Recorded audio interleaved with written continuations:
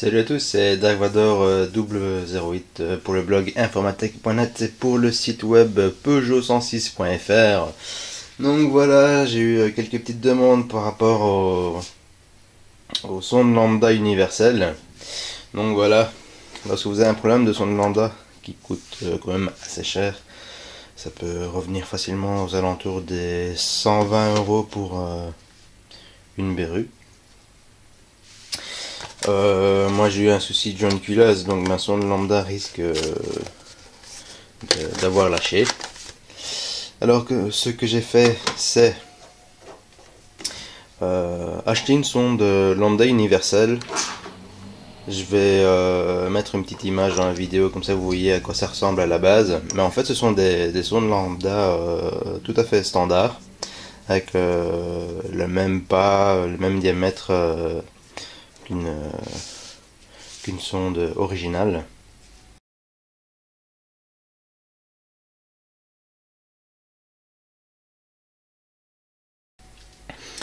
C'est simplement que au niveau des coûts, les vendeurs préfèrent vendre une sonde lambda avec simplement des fils plutôt que la sonde lambda avec la fiche de connexion pour la voiture spécifique, et bon, les coûts de revient sont quand même beaucoup plus élevés.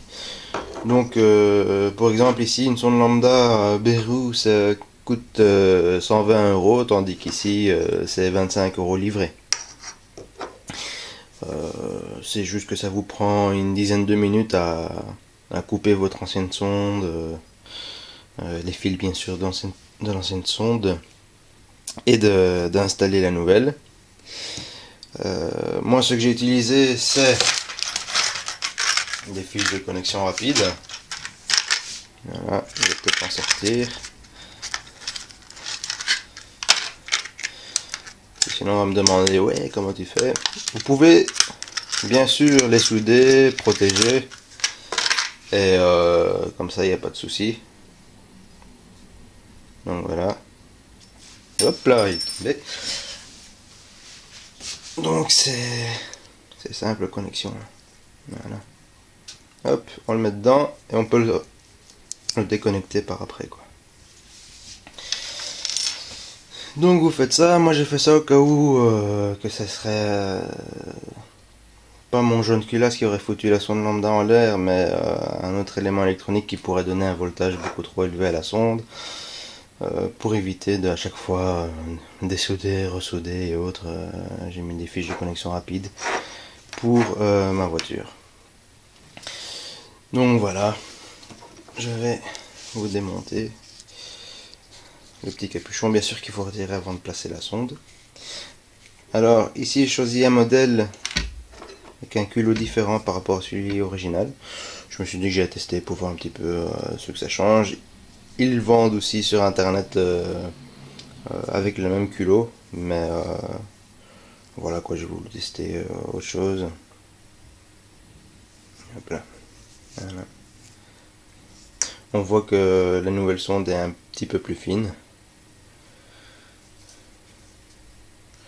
Donc voilà.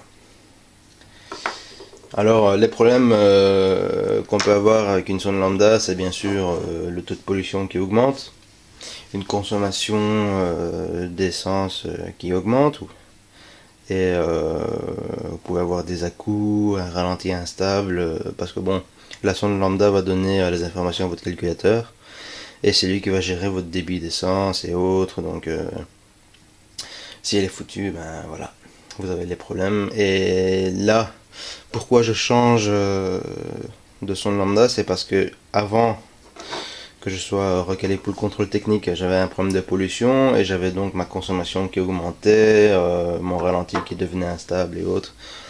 Et dès que j'ai changé, hop, tout était parti. Donc là je me dis c'est sûrement le même problème.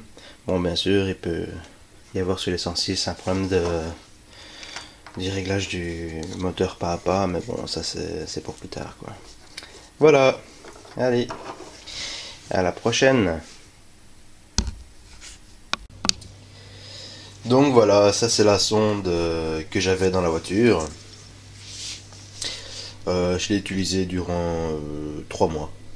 3-4 mois environ. Donc c'est la sonde Beru,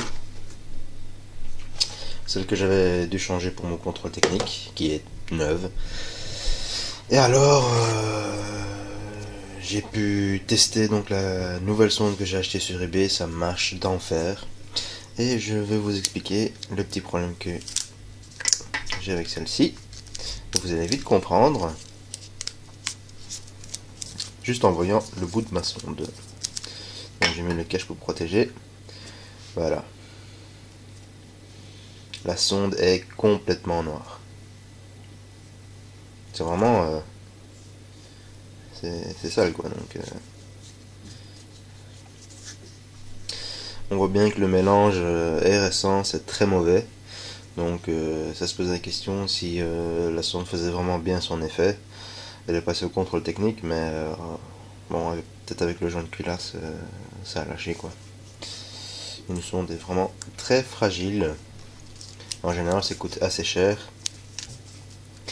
Et voilà, donc j'avais des soucis au niveau de ma consommation. Le moteur, il y avait vraiment un gros manque de puissance. Déjà que c'est pas super puissant, mais bon. Niveau consommation, j'ai pu faire, juste pour tester hier, environ 350 km. Ça va, ça faisait un petit 6 litres, 6 litres et demi. Donc c'est plus que correct pour rouler à environ 120 sur l'autoroute, donc constamment. Alors qu'avant j'aurais été 8-9 litres. Donc voilà. Et sinon au niveau de la reprise, le moteur se comporte beaucoup mieux. Donc il vaut mieux utiliser un moteur qui fonctionne correctement plutôt qu'un moteur qui va avoir un mauvais mélange sans crasser et vous allez avoir encore plus de problèmes. Donc voilà. Il faudra que je continue un petit peu à décrasser. Je vais peut-être mettre un nettoyant en plus. Donc, voilà. Une nouvelle sonde défectueuse après 2-3 mois. Allez, à la prochaine, ciao ciao.